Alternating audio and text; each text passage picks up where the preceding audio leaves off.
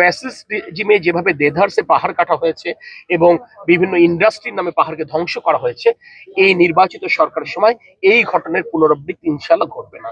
তিনি যত প্রভাবশালী হোক না কেন, এই ধরনের ঘটনা আমরা কাউকে করব। আগামী সপ্তাহে না হলে তারপরের সপ্তাহের মধ্যে মাননীয় প্রতিমন্ত্রীকে সাথে নিয়ে আবার কক্সবাজারে এসে এই স্লুইস গেট এবং ভেরিবাঁধ সংস্কারের ক্ষেত্রে যে ব্যাপারগুলো আলোচনা হয়েছে সেটা নিশ্চিত করবার জন্য মাঠ পর্যায়ে সরজমিনে তাকে দেখে এটা নিশ্চিত করার চেষ্টা। গত 7-8 দিনে বন্যা পরিস্থিতিটা কেমন এবং সরকার কতটুকু অনুদান দিতে পেরেছে, আমরা কতটুকু জায়গায় পৌঁছাতে পেরেছি, আমরা সেই ব্যাপার নিয়ে বিস্তৃত আলাপ আলোচনা করেছি। সেখানে একটি বিষয় কিন্তু খুব স্পষ্টভাবে উঠে এসছে যে জেলা প্রশাসন, উপজেলা প্রশাসন এবং স্থানীয় সংসদ সদস্য বৃন্দ এই সংকটের প্রথম দিন থেকে কিন্তু মানুষের পাশে রয়েছে, মানুষের সাথে রয়েছেন।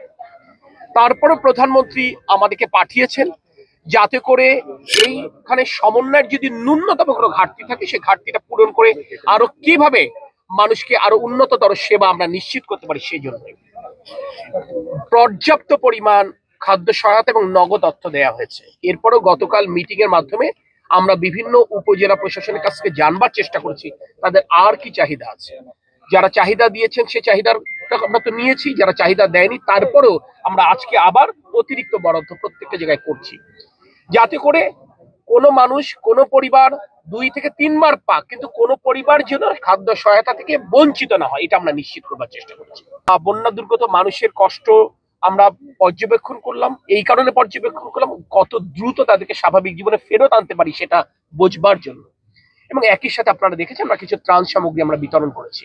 আমরা দুপুরের পরে পেকুয়া এবং চকরিয়াতে যাব, সেখানেও পরিস্থিতি পর্যবেক্ষণ করবো এবং সেখানেও দুর্গত মানুষের মধ্যে ত্রাণ দেব। আমি এটুকু বলতে পারি, এটি অনির্বাচিত সরকার না, এই জনগণই অর্থাৎ এই দুর্গত মানুষই ভোট দিয়ে এই সরকারকে নির্বাচিত করেছেন, প্রধানমন্ত্রী পদে তারেক রহমানকে অধিষ্ঠিত করেছেন।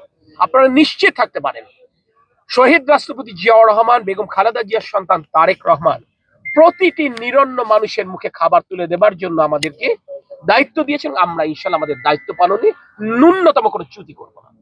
এবং শুধু খাবার পৌঁছে দেওয়া নয়, পুনর্বাসন যে কার্যক্রম, গৃহ নির্মাণ সামগ্রী দিয়ে তার ঘর বাড়ি যেগুলো ক্ষতিগ্রস্ত সেটা মেরামতে সহায়তা করা, রাস্তাঘাট, ব্রিজ, কালভার্ট, মসজিদ, মাদ্রাসা, মন্দির থেকে শুরু করে ক্ষতিগ্রস্ত সকল স্থাপনা কত দ্রুত সমাধান করে স্বাভাবিক জীবনে তাদেরকে ফেরত আনতে পারে, ব্যাপারে আমাদের লক্ষ্য আছে।